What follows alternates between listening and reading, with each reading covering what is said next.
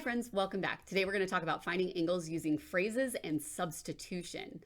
All right, let's take a look here. Remember, if you haven't already, grab that vocab binder or vocab section of your binder or your notebook, and you're going to need that so that you can remember what these different vocabulary words are. So here's what we have first. Angle A and angle B are complementary. Remember, the word complementary just means that two angles add up to 90 degrees. So what that is angle A plus angle B equals 90 degrees. Okay, so the second part of this says angle A is, and the word is means equals. So the angle A is 9 more than twice the measure of angle B. So when we say 9 more, that's going to be plus. So 9 plus the measure of angle B. So 2 times B. Okay, so let's write these without the little angle symbols so that you can kind of see. I started to do that here. We have A plus B equals 90 degrees. And we have A equals 9 plus 2B. Okay, let's use a little bit of substitution here. Remember, we've got A all by itself. Substitution works really well when you have a variable all by itself. So we have A all by itself here. So let me grab a different color so that you can see. Maybe it's just because I like color. I don't know.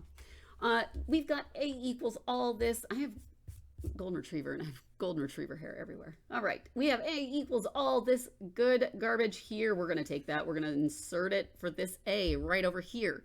So that says 9 plus 2B. 9 plus 2B. And then we're going to say plus B equals 90. Okay.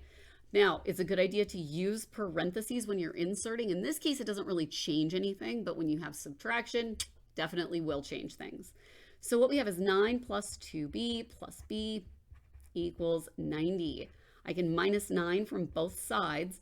2B plus B gives me 3B equals 81, which if I divide both those sides by B, or by 3, I get B equals 27. Okay, so now that we know angle B is 27, what we can do is plug that back in to find A. So we come over here and we say A equals 9 plus 2, and instead of B, we're going to say 27.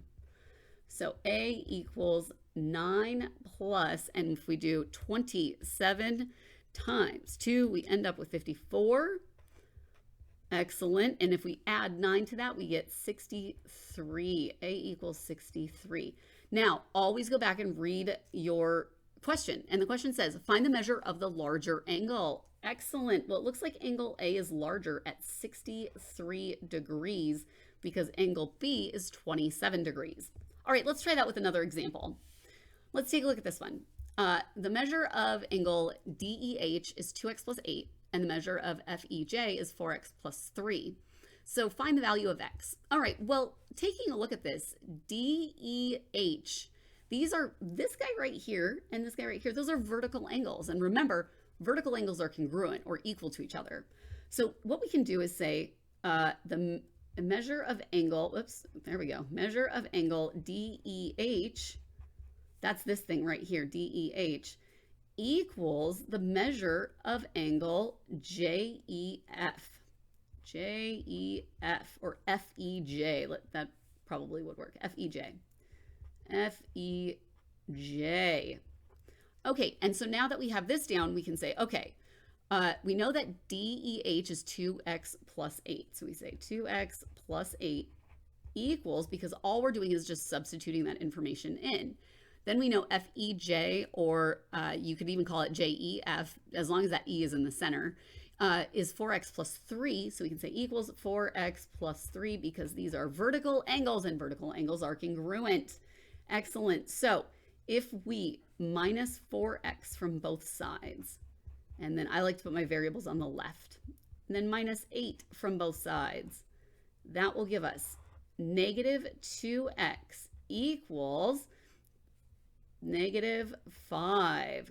Divide both sides by negative 2 by negative 2. And we get x equals 5 halves. Excellent job. If you have any questions, let your teacher know. Otherwise, great work, and we'll see you next time.